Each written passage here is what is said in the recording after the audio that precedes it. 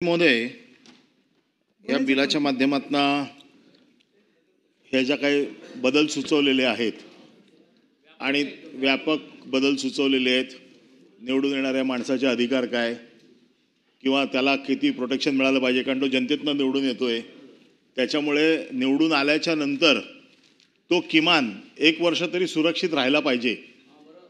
1 वर्ष सुरक्षा त्याला मिळाली पाहिजे, कारण 6 महिन्यात त्याला लगेच सिंपल मेजॉरिटीवरती काढून टाकलं जातं. आणि येतोय ना, मी विषयाकडे येतोय. आणि मग असं असुरक्षित भावनेने तो नगराध्यक्ष कसा काम करू शकतो? आणि आपण जे सरकार काम करतंय की सुरक्षा पुरवण्याचं, हे खरंच प्रशंसनीय काम आहे. जसं आपण वेगवेगळे गेल्या काही महिन्यामध्ये वेगवेगळे कायदे करून, वेगवेगळ्या योजना आणून आपण सुरक्षा दिली. आपण लाडक्या बहिणींना 1500 रुपये देऊन लाडक्या बहिणींना एक मजबूत स्थान दिलं.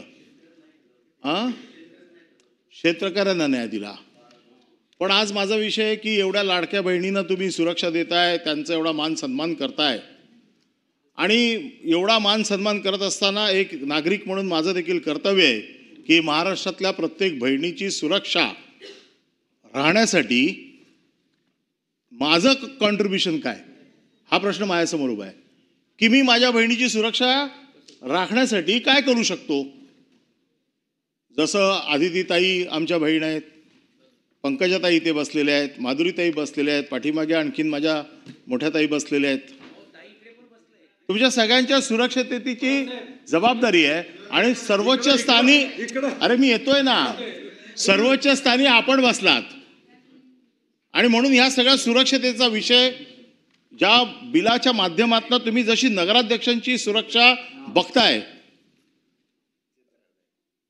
आदितीताई मला ते नगराध्यक्ष होते ना, जिल्हा परिषद नाही, जिल्हा परिषदेच्या अध्यक्षा होत्या. आणि आता ह्या बिलामध्ये पण ती प्रोव्हिजन आहे. पण झालंय काय की त्या बिलामध्ये तुम्ही फक्त तेवढी काळजी घेतलेली आहे, पण पालकमंत्री म्हणून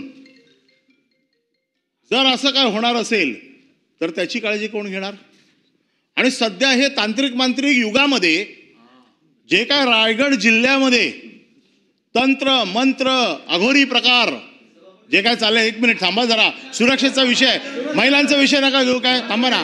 आणि माझ्या बहिणीची सुरक्षा, मला भीती वाटते, जाता येता कधी रस्त्यात अपघात होऊ नये, कुठला मंत्र त्यांच्यावरती येऊ नये, अघोरी प्रकार कुठले होऊ नये.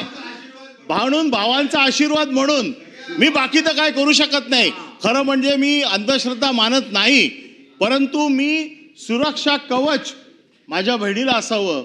आणि ते सुद्धा रायगड जिल्ह्यामध्ये जे काय प्रकार सोशल मीडियावरती बघितले, जे काय अघोरी रेडे कापले गेले असतील, बैल कापले गेले असतील, बळी गेले असतील, अशा बळींपासनं माझ्या बहिणीला सुरक्षा मिळावी म्हणून आपलं सगळं मराठीमध्ये लिंबू हे सगळं देतात ना, हे आपल्या माध्यमातून मी त्यांच्याकडे पाठवतोय.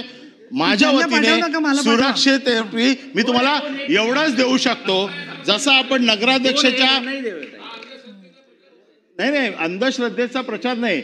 मला जे वाटतं कदाचित मी चुकीचं असेल, पण माझ्या संस्कृतीमध्ये बहिणीसाठी भावाने काहीतरी केलं पाहिजे. एक दुसरा कोणतरी बहिणीचा जर काय बरं वाईट त्याच्या मनात असेल आणि केवळ पालकमंत्री या एका पदासाठी, तर मी एक भाऊ म्हणून, या सभागृहाचा एक सदस्य म्हणून माझ्या बहिणीची काळजी घेण्यासाठी मला जे काय बहिणीवरती जी काय इडापिडा आलेली आहे ती टळावी म्हणून हे पाठवत आहे. लिंबू तपासून घेते, लिंबू तपासून घ्या. आणि नक्की हे प्रभावी आहे, कारण याच्यामध्ये माझ्या भावना चांगल्या आहेत. याच्यात माझ्या भावना चांगल्या असल्यामुळे आपण घ्यावं आणि ते पाठवून द्यावं. धन्यवाद.